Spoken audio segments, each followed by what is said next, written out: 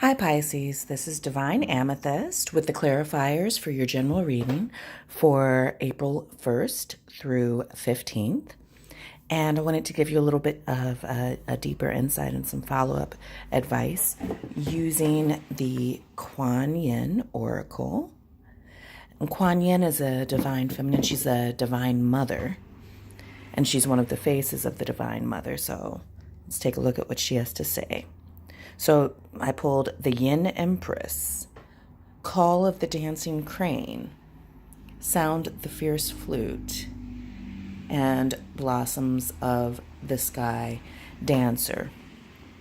The overarching message of this is that you really need to embrace the path and the process of self-empowerment in order to come out on top. And it's not self-empowerment on just a superficial level. We're not talking about just the workplace or just dealing with the love interest.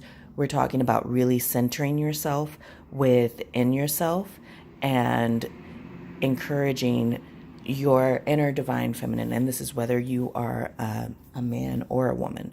You have to balance that energy. You have to balance that yin and that yang energy in order to be at your most effective.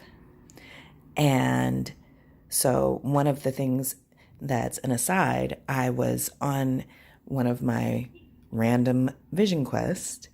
I call them urban vision quests, and I ask questions, and I go and I just walk through different gardens and parks and look for symbolism.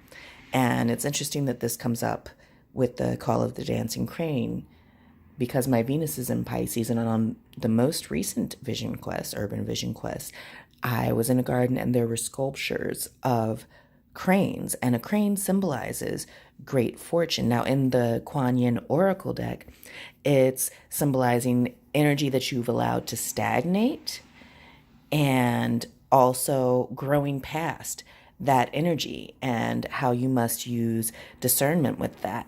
And so one of the things that I take from all of this is that with the reemerging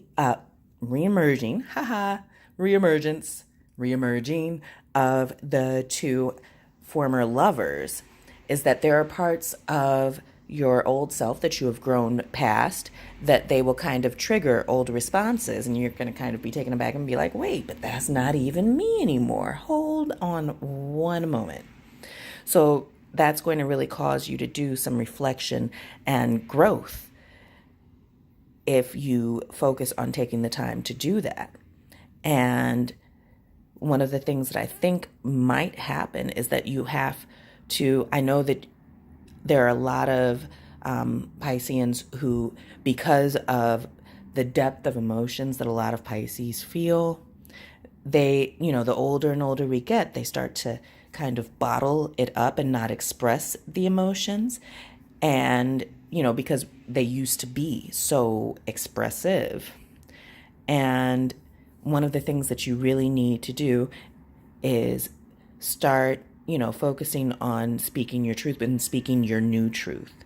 What is true for you now? What resonates for you now? What's, an embodiment of who you are now, and come into your full power with that. And one of the things that I also think is that while you're sorting through this, with this mental and emotional and spiritual development, is that you want to be careful of overindulging. You do not want to fall into the temptation of that. That is something very important to embrace. And one of the things that I really like about a number of these oracle decks is that they give different healing advice. So I want to give a hybrid of an exercise that I like, along with one of the exercises that they had in the card deck. And what you can do is you can go into nature. If you live in an urban area, it can be in a park, and just stand under a tree that you find to be beautiful and appealing, and stand straight up and kind of just get into a meditative mind state. If you want to sit, leaning up against the tree, and that's your jam, you can also do that. But get into a meditative mind state and visualize a giant ball of white light high above you, and visualize energy streaming down into you from the ball of white light.